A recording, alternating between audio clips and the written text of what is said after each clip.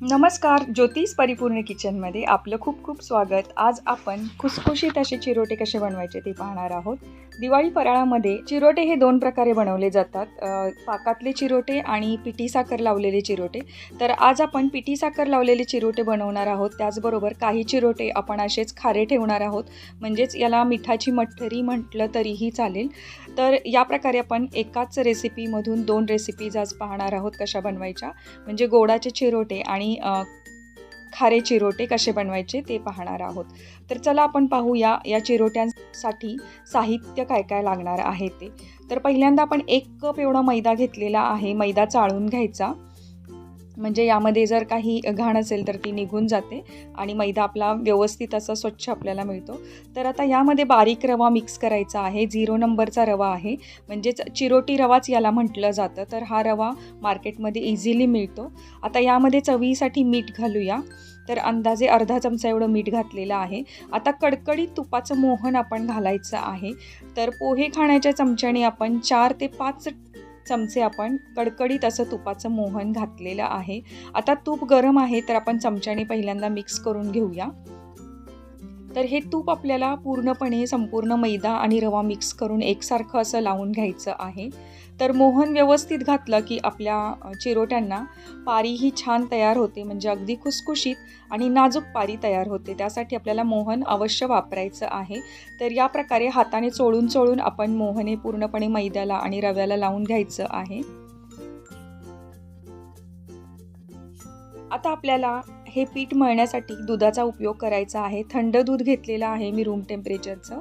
तर पाऊण कप एवढं दूध आपण घेतलेलं आहे. त्यामधलं आपण लागेल तसं दूध वापरणार आहोत. थोडं थोडं करून दूध घालून आपल्याला घट्ट असा हा गोळा मळून घ्यायचा आहे.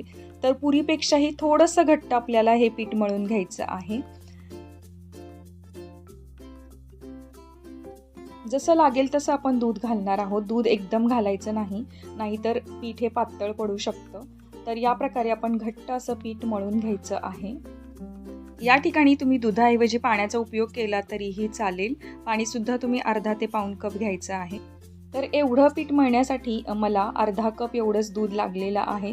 पिठाचा घट्ट असा गोळा आपला मळून रेडी आहे. तर तुम्ही पाहू शकता पाऊण कप दूध घेतलेलं, पाव कप दूध शिल्लक आहे.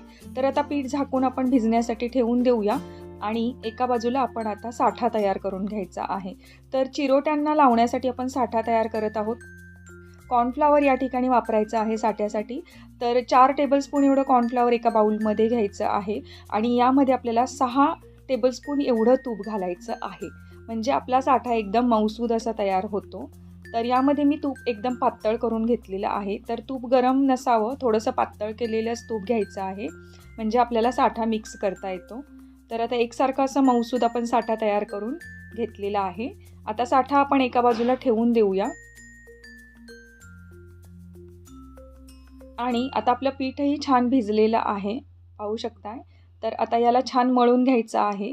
तर काही वेळेला आपण हे पीठ कुटूनही घेतो, तर खलबत्त्यात कुटलं तरीही चालेल, पण मी मिक्सरवरती अगदी सोप्या पद्धतीनं कुटून घेत आहे. तर या पिठाचे 4 गोळे करायचे आहेत आणि एक भागाचा आपण गोळा हा अशा प्रकारे छोट्या भांड्यामध्ये घेऊन मिक्सरच्या अगदी पल्स मोडवर 1-2 वेळा फिरवून घ्यायचा, म्हणजे हे पीठ एकदम कुटल्यासारखं आपल्याला मिळतं. आणि हीच प्रोसिजर आपण बाकी उरलेले 4 गोळ्यांसाठी सुद्धा केलेली आहे आणि अशा प्रकारे कुटलेलं पीठ आपल्याला आता मिळालेलं आहे. तर या प्रकारे संपूर्ण पीठ मी मिक्सरच्या भांड्यामध्येच कुटून घेतलेलं आहे. आता कुटलेलं पीठसुद्धा परत एकदा आपण एकसारखं असं मळून घ्यायचं आहे. तर पहा, मिक्सरमुळे आपलं काम अगदी इझी झालेलं आहे. खूप कमी वेळामध्येच आपल्याला पीठ हे कुटून मिळालेलं आहे. तर आता या पिठाचे आपण एकसारखे असे 6 गोळे करणार आहोत आणि प्रत्येक गोळ्याची एक पोळी अशा प्रकारे आपल्याला आता 6 पोळ्या लाटून घ्यायच्या आहेत आणि यापासून आपल्याला चिरोट्यांसाठी छान छोट्या छोट्या गोळ्या तयार करून घ्यायच्या आहेत. तर पहिल्यांदा यातला एक गोळा मी घेत आहे आणि बाकीचे गोळे हे ओल्या कपड्याखाली झाकून ठेवत आहेत. तर कॉटनचा ओला कपडा हा पीठ झाकून ठेवण्यासाठी वापरायचा आहे, कारण आपलं पीठ जर उघडं राहिलं तर ते कोरडं पडू शकतं हवेमुळे आणि त्यानंतर हे खूपच लाटायला अवघड जातं. त्यासाठी ओल्या कपड्याखाली आपण हे गोळा झाकून ठेवायचा आहे. आता याच्यातला पहिला गोळा घेऊन आपण पहिली लाटी लाटून घेऊया. तर आपल्याला ही एकदम मोठी पोळी लाटायची आहे. पोळी लाटताना एकदम पातळ पोळी आपल्याला लाटायची आहे.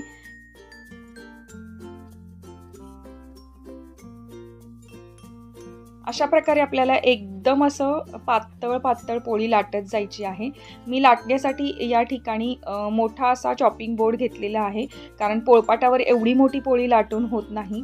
तर चॉपिंग बोर्डवर अगदी मोठी पोळी आपण लाटून घेऊ शकतो. तुमच्याकडे मोठा पाट असेल तर तुम्ही पाटावर सुद्धा मोठ्या मोठ्या अशा लाट्या लाटून घेऊ शकता.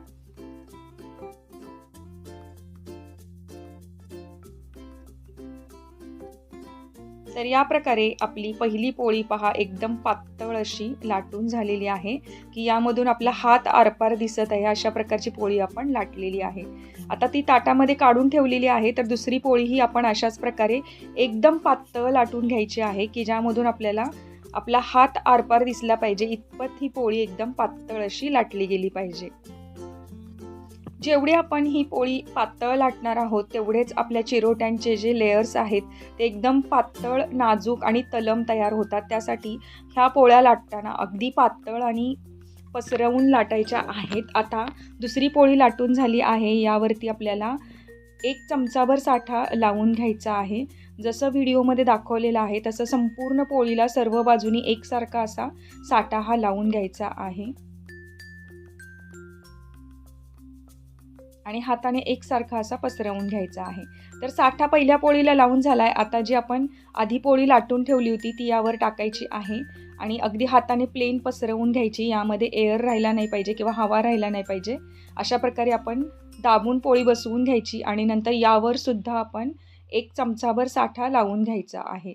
तर साठा लावताना व्यवस्थित बोटांनी पसरवायचा आहे आणि एकसारखा असा सर्व बाजूनी साठा लागला पाहिजे, म्हणजे आपली जे लेयर्स आहेत ते चिरोट्याचे एकसारखे असे वेगळे होतात किंवा तळताना ते छान असे उमलले जातात. त्यासाठी साठा लावून घ्यायचा आहे. तर पहा, दुसऱ्या पोळीला सुद्धा साठा लावून झालेला आहे. तर याचा रोल करायचा आहे. दाबून आपण पोळीचा रोल करून घ्यायचा आहे. तर दोन्ही हातामध्ये गोल गोल फिरवत आपण बोटांनी दाबत दाबतच हा पूर्णपणे मोठा असा रोल तयार करून घ्यायचा आहे. आता रोल बनवल्यानंतर दोन्ही हातांनी त्याला व्यवस्थित असं दाबून घ्यायचं आणि सर्व कडा बंद करून घ्यायच्या. मध्यभागी जर थोडासा आपल्याला हा रोल जाड वाटत असेल तर हाताने दाबून तो एकसारखा करायचा, म्हणजे सर्वच आपले चिरोटे हे एकसारख्या आकाराचे तयार होतात. तर आता थोडासा आपण हा गोळा दाबून घेऊया, म्हणजे सर्व बाजूनी हा एकसारख्या जाडीवरती होतोय आणि रोल करून घेऊया. तर पहा, आपला आता हा पूर्णपणे रोल तयार आहे. तर याचं आपण कटिंग करणार आहोत. तर अर्ध्या इंचाच्या अंतरावरती आपल्याला कट करून घ्यायचं आहे. जर आपल्याला अंदाजाने पाहायचं झालं तर 2 बोटाचं अंतर ठेवून आपण एक असा गोळा कट करून घ्यायचा आहे, म्हणजे आपले सर्वच गोळे एकसारख्या आकारावर तयार होतात आणि ज्यामुळे आपले सर्व चिरोटे सुद्धा एकसारख्या आकाराचे तयार होतात. तर आता हे पहिला रोल आपण कट केलेला आहे. अशाच प्रकारे आपण दुसरा रोल सुद्धा करायचा आहे. तर या ज्या छोट्या छोट्या गोळ्या आपण बनवलेल्या आहेत त्यासुद्धा आपल्याला एका भांड्यामध्ये भरून झाकून ठेवायच्या आहेत किंवा यावर तुम्ही कॉटनचा ओला कपडा घालून झाकून ठेवू शकता. आता दुसरा रोल करेपर्यंत आपण या गोळ्या बाजूला ठेवूया आणि दुसरा रोल सुद्धा आपण याच पद्धतीने 2 पोळ्या लाटून घेऊन करणार आहोत. तर ही पहिली पोळी लाटून घेत आहे. पहिली पोळी लाटून आपण बाजूला ठेवून द्यायची आहे आणि त्यानंतर लगेचच आपण दुसरी पोळी लाटायला घ्यायची आहे. तर ही पोळी बाजूला ठेवून आपण दुसरी पोळी लाटायला घेऊया. दुसरी पोळी सुद्धा याच प्रकारे एकदम पातळ लाटून घेतलेली आहे. तर पहा, व्यवस्थित अशी ही पोळी पसरवून घ्यायची आपल्या पोळपाटावरती आणि यावरती 1 चमचाभर साठा हाताने पसरवून लावून घ्यायचा आहे. तर ही प्रोसिजर मी तुम्हाला दुसऱ्यांदा दाखवत आहे, कारण चिरोटे नाजूक होण्यासाठी आणि भरपूर लेयर्सचे होण्यासाठी ही प्रोसिजर आपल्याला फॉलो करायची आहे. ही स्टेप अगदी व्यवस्थितपणे आपल्याला ही फॉलो करायची आहे, की ज्यामुळे चिरोटे अगदी छान तल्लम आणि नाजूक तयार होतात. आता पहिल्या पोळीला साठा लावला की दुसरी पोळी यावर घालायची आहे आणि याला सुद्धा आपण छान दाबून बसवून घ्यायचं आणि त्यानंतर आपण यावरती परत 1 चमचाभर साठा हा लावून घ्यायचा आहे.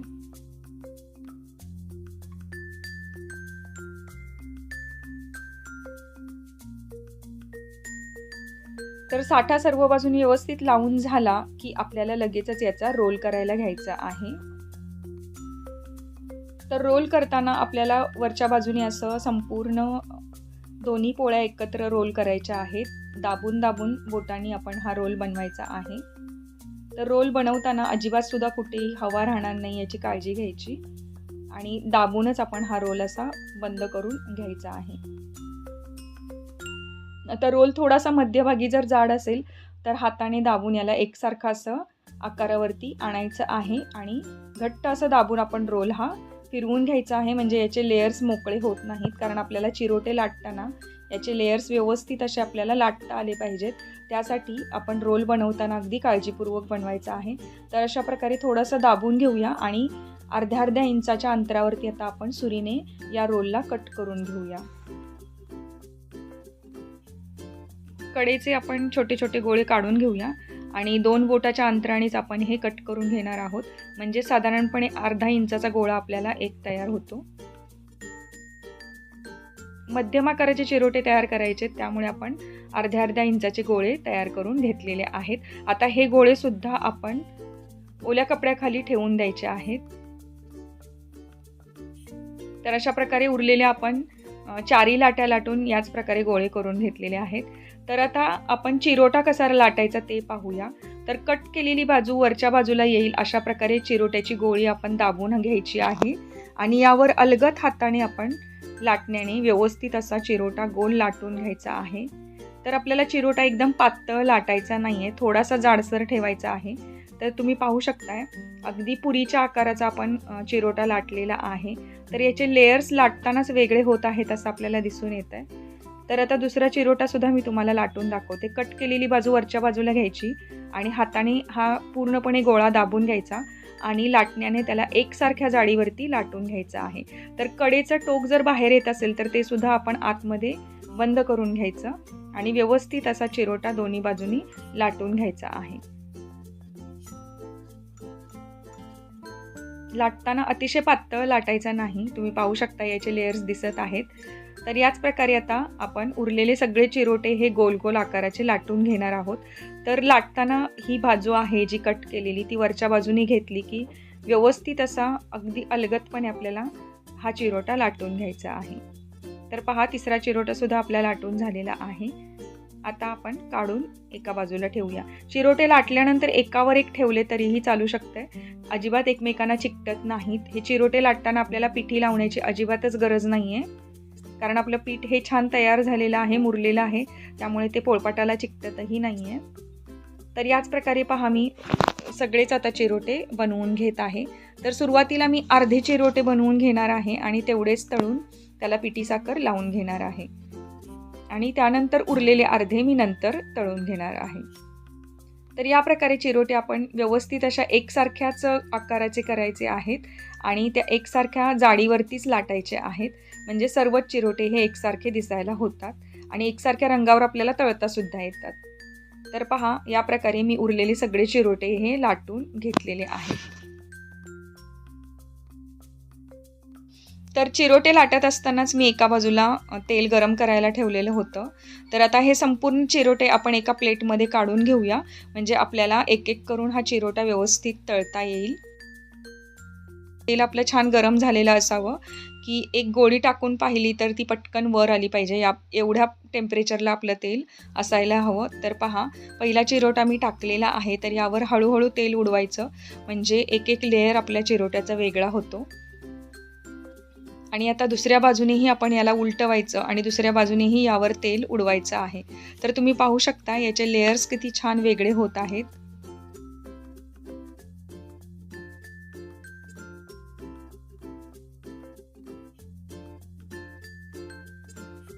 तर उलटवून आपण दुसऱ्या बाजूनेही अशाच प्रकारे तेल यावरती उडवायचं आहे.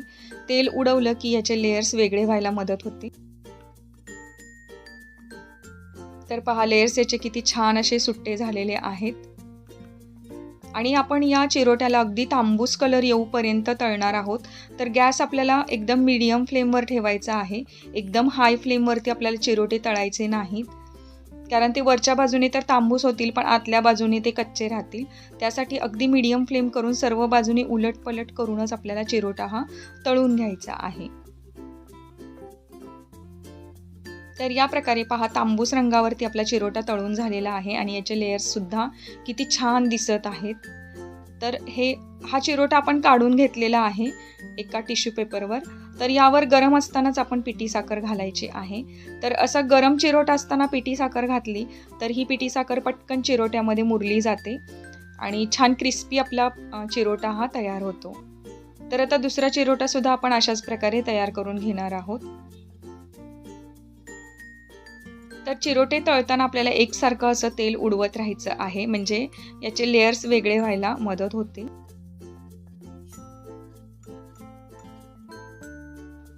आणि चिरोटा तळताना नेहमी उलटपलट करून दोन्ही बाजूनी तेल उडवून याला तळायचं आहे, म्हणजे दोन्ही बाजूनीही रंग एकसारखा येतो आणि मध्यभागी सुद्धा चिरोटा छान तळला जातो, म्हणजे कच्चा राहत नाही.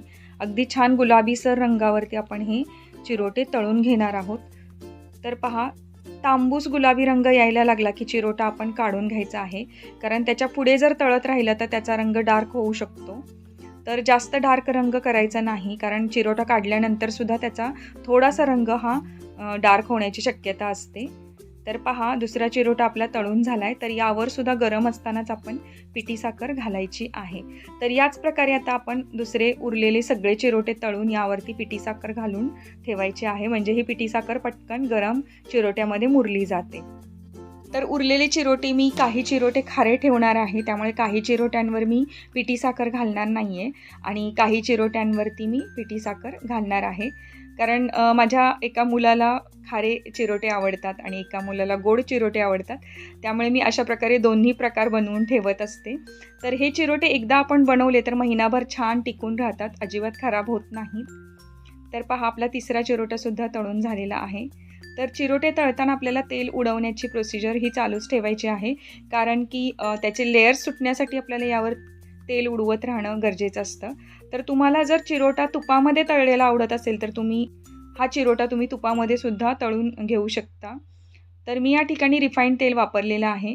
तर कोणतंही तळणीचं काम करत असताना आपण शक्यतो सनफ्लॉवर ऑइलचाच उपयोग करायचा असतो, कारण सनफ्लॉवर ऑइलचा पदार्थ तळल्यानंतर खूप दिवस असा फ्रेश राहतो आणि त्याला वासही येत नाही, कुठल्याही प्रकारचा तेलाचा वास अजिबात राहत नाही. तर पहा, अशा प्रकारे मी सुंदर असे तांबूस गुलाबी रंगावरती संपूर्ण चिरोटे हे तळून घेतलेले आहेत आणि आपण आता याला थंड करून एका हवाबंद डब्यामध्ये भरून ठेवणार आहोत. तर हवाबंद डब्यामध्ये हे चिरोटे भरून ठेवले तर महिनाभर सुद्धा अजिबात सुद्धा ते मऊ पडत नाहीत. अगदी पिठी साखर टाकलेले असले तरी सुद्धा ते अजिबात मऊ पडत नाहीत आणि त्याचा एक एक लेयर अगदी छान सुट्टा असा राहतो.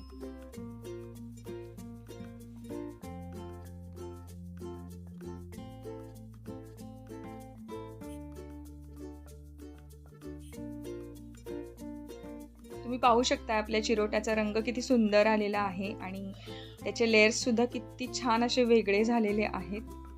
तर आता आपण चिरोटे हे अरेंज करूया, म्हणजे थंड करायला ठेवून देऊया. तर हे खारे चिरोटे थंड झाल्यानंतर मी एका प्लेटमध्ये काढून घेत आहे. तर काही चिरोटे म्हणजे साधारणपणे 10 ते 15 चिरोटे मी खारे ठेवलेले आहेत आणि उरलेले सगळे मी पिठी साखर टाकून गोड केलेले आहेत. तर पहा, आपल्या चिरोट्यांना रंग किती सुंदर आलेला आहे आणि तितकेच ते नाजूकही झालेले आहेत आणि त्याचा एक एक लेअर सुद्धा किती छान असा वेगळा झालेला आपल्याला दिसत आहे. आणि आपले हे पिठी साखर लावलेले चिरोटे सुद्धा पहा किती सुंदर दिसत आहेत. यावरती दोन्ही बाजूनी पिठी साखर घालायची आहे. तर जेवढा आपण पिठी साखर घालणार आहोत तेवढेच हे गोड होतात, म्हणजे जेवढ्या प्रमाणात तुम्हाला साखर आवडत असेल तेवढ्या प्रमाणात तुम्ही दोन्ही बाजूनीही या चिरोट्यांना पिठी साखर घालून ठेवू शकता. तर पाहूया आपला चिरोटा कसा झालेला आहे. अगदी खुसखुशीत आणि क्रिस्पी असा आपला चिरोटा बनवून तयार आहे. तर याच प्रकारे मी गोडाचे आणि खारे चिरोटे हे बनवून आता रेडी करून हवाबंद डब्यामध्ये भरून ठेवत आहे. तुम्ही सुद्धा यावेळी दिवाळीला या प्रकारचे गोडाचे आणि खारे चिरोटे बनवून पहा. तुम्हाला ही रेसिपी कशी वाटली हे मला कमेंट करून जरूर सांगा. रेसिपी आवडल्यास जरूर लाईक करा आणि जास्तीत जास्त शेअरसुद्धा करा आणि त्याचबरोबर चॅनलवर नवीन असाल तर चॅनलला सबस्क्राईबसुद्धा करा. त्याचसोबत बेल आयकनसुद्धा प्रेस करा, म्हणजे येणाऱ्या नवनवीन व्हिडिओचं तुम्हाला नोटिफिकेशन मिळेल. तर भेटूया आपण दिवाळी फराळातली अशीच एक छान रेसिपी घेऊन पुढच्या व्हिडिओमध्ये. तोपर्यंत thank you for watching. Take care and bye bye.